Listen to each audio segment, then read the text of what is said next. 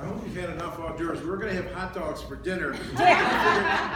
You would get, filled on hors d'oeuvres and stuff. But again, I don't know what else to say. Other than Lewis here, who happened to be my ring bearer. And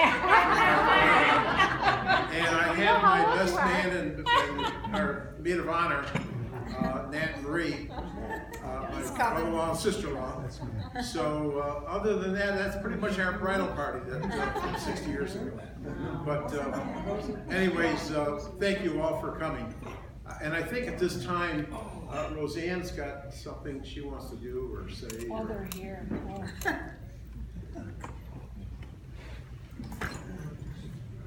Hi everybody, on behalf of my family, my brother and sister, we just wanted to welcome everybody. I would like to introduce one of my nieces who is going to speak on behalf of all the grandchildren and have a little toast and celebration. So I would like to introduce to you one of the youngest, actually the youngest of the first level of grandchildren, Rosalie Tempio. Guess who? Is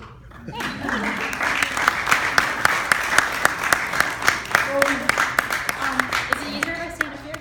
So, I don't know how I got nominated to do this, but I'm notorious for being the one who cries at the weddings, and I think 60th anniversaries go with it. But maybe I should stand over here.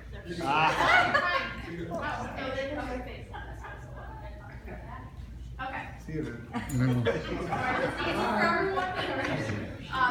So, we're here today to celebrate a promise that my grandparents, Larry and Rose, made to each other 60 years ago.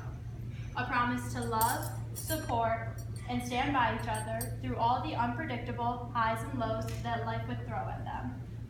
3 kids, with an addition of 3 more, 7 grandkids, 4 great-grandkids, a new house, a new hip, lots of pounds of sauce and Christmas cookies. A lot has changed these past 60 years, but through all these shifts, much still remains the same. Over the past 60 years, their basement is still mistaken for a bomb shelter, fully stocked with canned tomatoes that could last 7 lifetimes.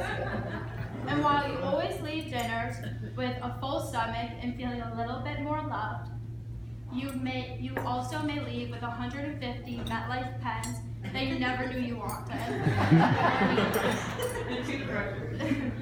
Something else that has not changed and still remains the same is the undisputable fact that I am the favorite grandchild. Not that this calls for any explanation. I'll do so anyways because I'm standing up here in front of all of you.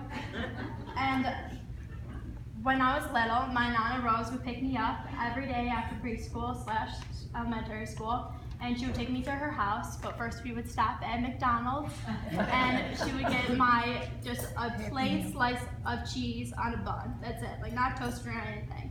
I mean, that shows a lot of love that she would pay, $5 for that? So, we would go back to her house then and play, and she was one of my first friends and will always be my favorite. While some may say that my spot has been threatened by Bobby, Mikey, Dominic, and now Joey, all I have to say is, look who got the invite.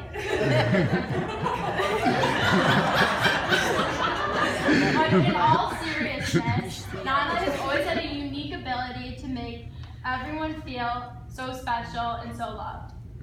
Anytime you seek advice for Papa, he will give it to you freely and share his wisdom, whether you want to hear it or not, but usually not without an anecdote from a job that he had. Every single time you talk to him, there's a new job that he had and you never heard of. When were you in the Army? He's our family's voice of reason and only wants the best for all of us.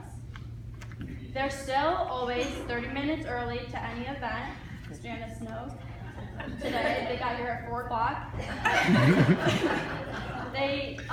The guys still play Pinochle after dinner, and Papa always keeps score. Nana's cooking has not changed a bit. If anything, it's only gotten better.